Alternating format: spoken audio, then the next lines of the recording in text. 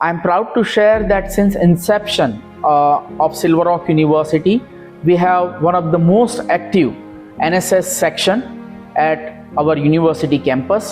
Hello everyone, મારું નામ દ્વિજ ત્રિવેદી. હું કોવિડ વખતે અમારું 12th ખતમ થયું.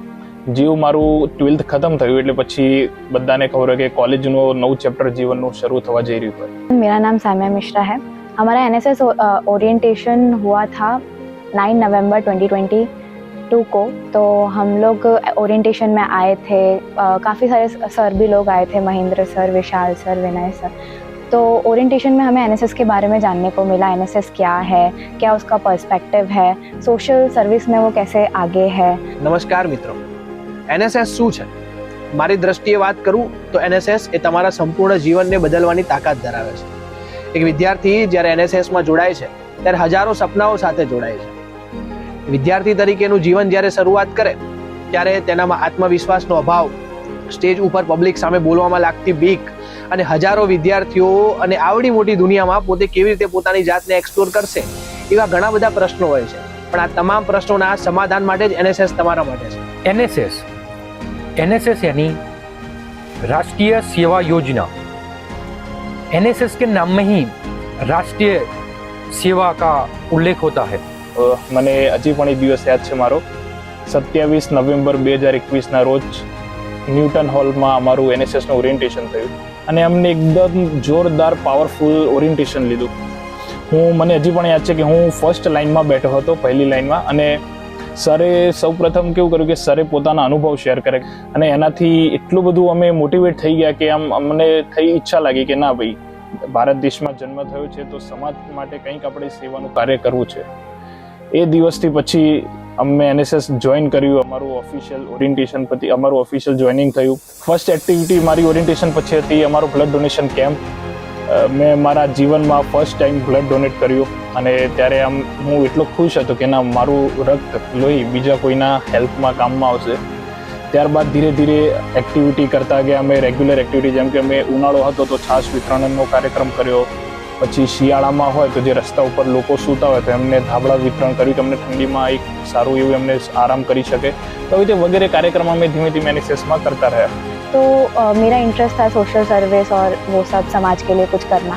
तो मैं इसलिए एनएसएस में ज्वाइन हुई थी और मेरी फर्स्ट एक्टिविटी थी 26 जनवरी की परेड, जिसमें हमने परेड सीखी और जिसमें हमने सीखा कि कैसे हम यूनिटी के थ्रू एक एक्टिविटी को पूरा करने के लिए अचीव कर सकते हैं.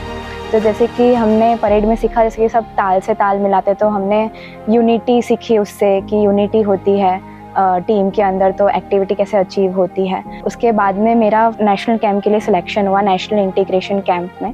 तो मैं उधर कर्नाटका गदग के लिए सिलेक्ट हुई थी. तो हम उधर गए, हमने गुजरात का कल्चर रिप्रेजेंट किया.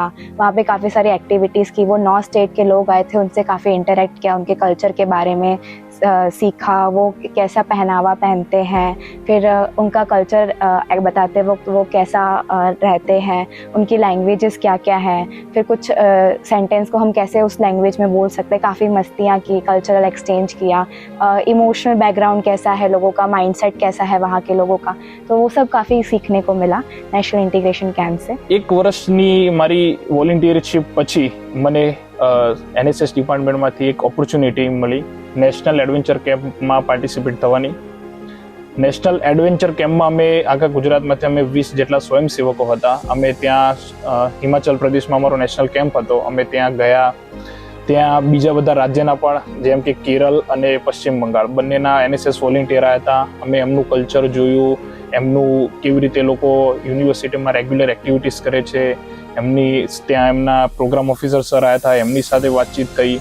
एकदम आम कहवा ने कि आखो अद्भुत अनुभव હતો અમારો એડવેન્ચર કેમ્પનો. ઘણું બધું શીખવા મળ્યું લાઈફમાં. फिर दूसरा कैंप मेरा रहा प्री आरडी का. तो मेरे को परेड में पहले से इंटरेस्ट था, तो मुझे उसके लिए सिलेक्ट किया गया.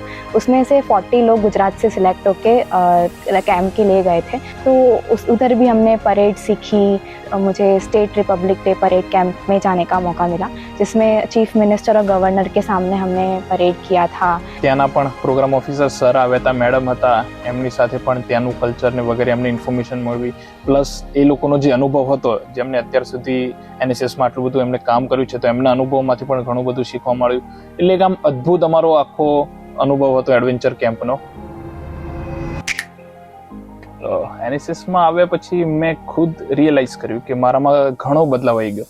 જેમ કે હું પહેલાં સ્ટેજ ફિયરથી બહુ જ ડરતો હતો. સ્ટેજ ઉપર જઈને બોલવું એટલે આમ પગ ધ્રુજે, આમ મોઢામાંથી કંઈ નીકળે ને અવાજ ના નીકળે. પણ એનએસએસમાં જોડાયા, આટલા બધા કાર્યક્રમ કર્યા એટલે સ્ટેજ ફિયર દૂર થયો. બીજી વસ્તુ, મને ખુદ ફીલ થયું કે મારી પર્સનાલિટી ડેવલપ થઈ. હું જે પહેલાં વ્યક્તિ હતો અત્યારે હું જે ફીલ કરું છું ઘણો બધો મારામાં બદલાવ આવી ગયો.